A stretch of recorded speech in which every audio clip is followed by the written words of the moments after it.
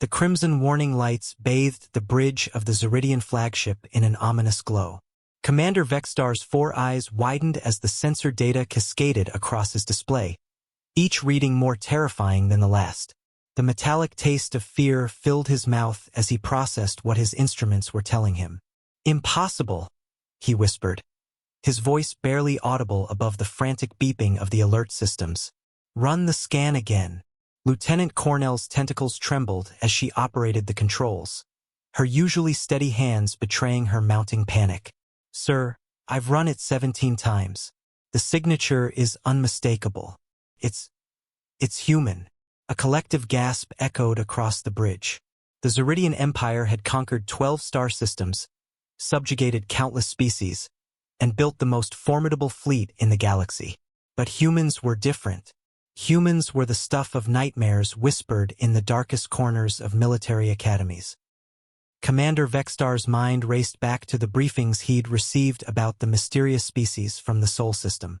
Humans were said to be relentless, unpredictable, and utterly without mercy in warfare.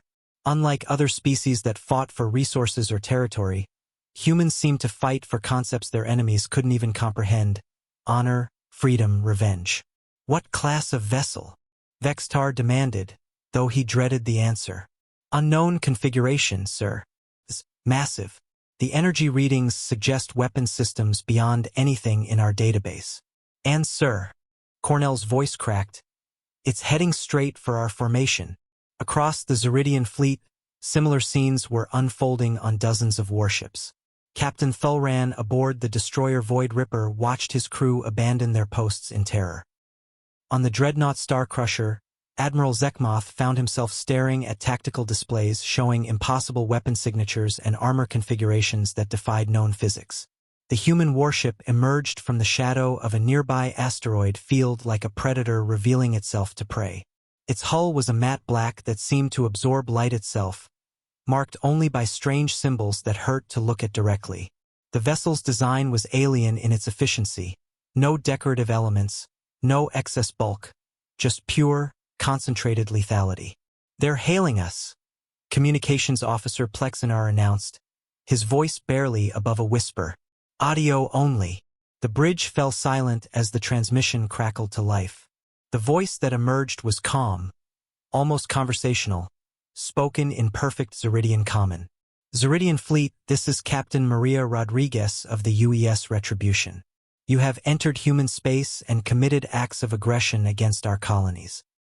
You have exactly 60 seconds to surrender unconditionally, or we will demonstrate why entire galactic civilizations have nightmares about humanity." Vextar's blood ran cold. The casual tone, the perfect pronunciation of their language, the matter-of-fact delivery of what amounted to a death sentence. It was everything the stories had warned about. Humans didn't bluster or threaten. They simply stated facts and followed through with terrifying precision. "Sir, we outnumber them 47-1, his tactical officer stammered. "Surely, you fool," Vextar snapped. "Don't you understand? Numbers mean nothing to them. They're humans." Reports flooded in from across the fleet. Ships requesting permission to retreat, others reporting system failures as their crews panicked, and a few brave vessels attempting to maintain battle formation despite the terror gripping their crews.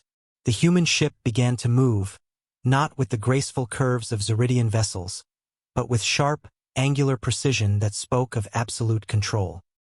Its weapon systems came online, painting the void with targeting beams that seemed to lock onto every ship simultaneously. 30 seconds remaining. Captain Rodriguez's voice continued with the same terrifying calm. "I should mention that the last Zeridian fleet that refused our terms became the foundation of our newest orbital defense platform. We find recycling enemy hulls into useful infrastructure quite satisfying."